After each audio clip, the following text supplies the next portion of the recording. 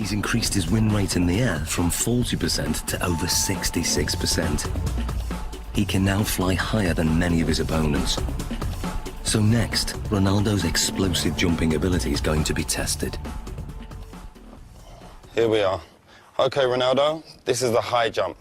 Now explain to us how this works. What we're going to get you to do is a test of lower body power. The higher you jump, the more powerful your legs are going to be. So we're going to place you on the mat. We're going to instruct you to jump as high as possible, give it your maximal effort, and try and land back on the mat again. This mat is actually a very sensitive pressure sensor that measures takeoff force. And the key thing is having his hands on his hips, correct? We're going to try not to use the arms as an extra counterbalance. So that's why we do this, so that he can't use his arms as elevation. It's just about the legs. Concentrate just on explosive leg power. Okay. 3, 2, 1.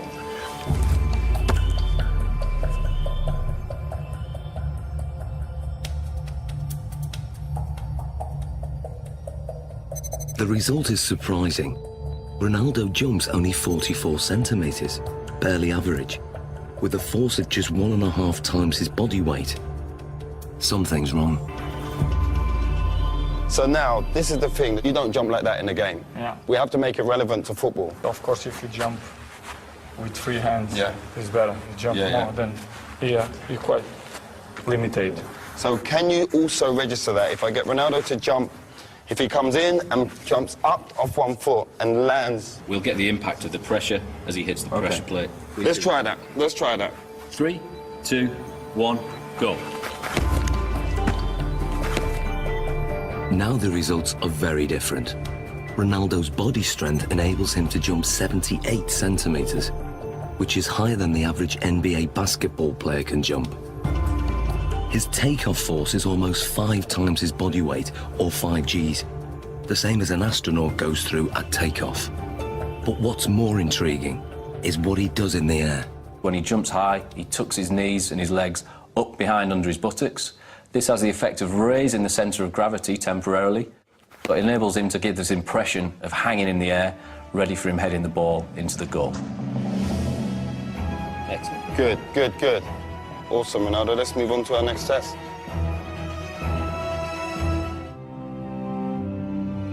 Ronaldo's free kicks are as famous as they are effective. Fast, accurate, and unpredictable. His success rate is 3 times the average. No one else in the world has mastered his technique. So the question is, how does he do it? It's a Portugal-Brazilese free kick, because yes, this ball goes up and down, and that makes it extraordinarily difficult for the goalkeepers. It's really dangerous when you shoot the free kicks. Cristaino Ronaldo's style is like a punch on the ball. Ronaldo has probably got one of the most efficient power application models of kicking that there is in terms of the amount of effort that he puts in and the return he gets on the ball speed. To find out how he does this, the scientists are going to analyze his free kick in minute detail.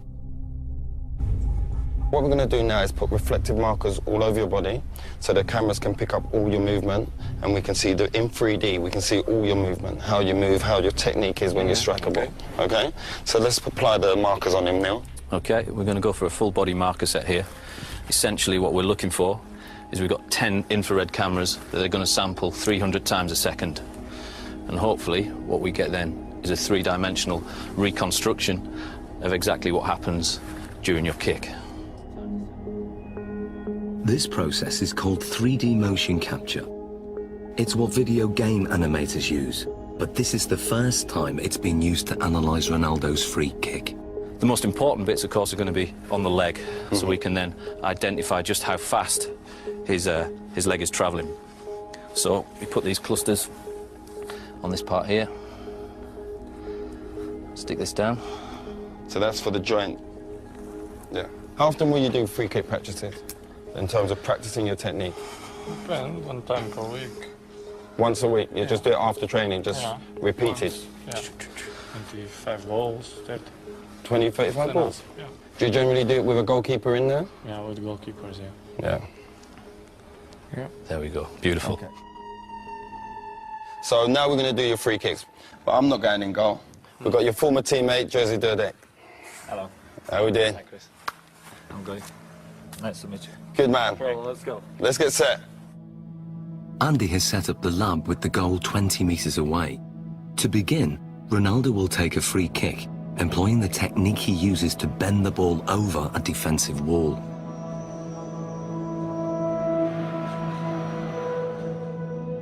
Okay, Ronaldo. And play.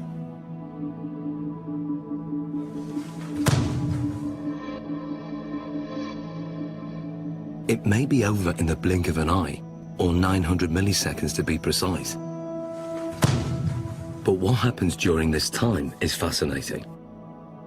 To get the ball to curve, Ronaldo must strike it in exactly the right place.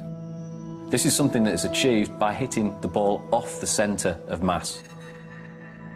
So we're hitting it almost to the side of the ball and using the inside of our foot to wrap around that ball and generate spin. Once we've generated the spin, this creates a difference in pressure between the inside of the ball and the outside of the ball, and will tend to push the ball towards the direction of low pressure. Hopefully then this curves over the top of the wall and the keeper won't see the ball until the last minute. The precision is extraordinary. He sends the ball spinning round a perfectly vertical axis, veering off its normal straight trajectory by more than 3 metres.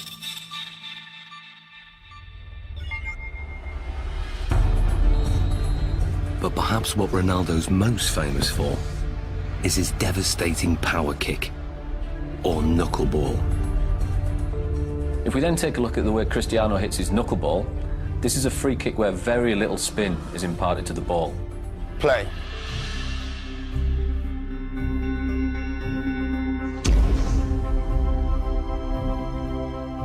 What we then get is a contact more towards the ankle joint centre. This, of course, is going to generate less spin to the ball. Striking the ball right in the middle and giving it virtually no spin sends it off in a dead straight trajectory.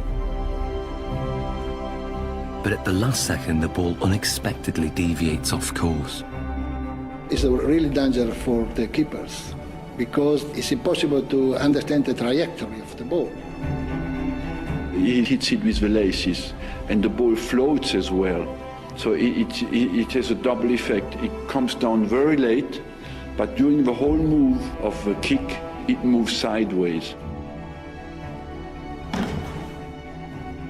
If the ball spinning, it's easier. Difficult to catch, but easier to understand the trajectory. It's all down to aerodynamics, and the secret of Ronaldo's knuckleball is in the seams. When the ball's spinning fast, the seams have no effect. But when the ball isn't spinning, the seams can catch in the wind on one side and not the other. It's just enough to make the ball deviate. The slight movement of the ball in the air can generate the movement of the seams to generate a turbulence that varies from one side to the other side of the ball, makes it almost impossible for the keeper to react into which way it's going to move first. How does it feel being a goalkeeper when he strikes the ball straight on? This strike is very hard to read, obviously. The ball flies like a balloon, you know, it goes Move left, around. right, up and down. Because the ball move around, they can't, you know, really save bad or the finger, you understand? It's difficult because the ball move a lot. I think sometimes it makes goalkeepers scared when, you know, when you see Cristiano coming. Brilliant. Well done, Jersey. So this is what Dudek would have seen in goal. This is perhaps the cues that he might get to pick up on. The amount of weight and pressure on the standing foot before he strikes with his right foot, that's got to be huge. It's fairly large. We're talking round about 30 stone going through his foot there. So how comes the bones don't break? As you saw before as well, very, very strong musculature. He flexes that leg slightly on impact. As we then come towards this point here, all the energy that we've stored in this segment around the pelvis and around the thigh then gets translated through the knee. That power flows through the knee to whip through to the ball. Very much if you imagine like a cowboy with a whip. He moves his arm and then stops it. The end of the whip goes so fast. Ronaldo moves his thigh very fast, then stops it, and the end of the foot comes through so quick. Looking at the kick from the front, it's clear that Ronaldo's posture is also a factor. I have a phrase that I call the pillar, which is basically the crutch to the top of your head. If that pillar is straight, and it is with Ronaldo, particularly on his spot kicking, and his legs are an extension of that line, even though you might tilt it on its side, okay, there is still that flexion type of movement. Coupled that with the fact that his body moves through the ball, you've got a pretty potent power model there.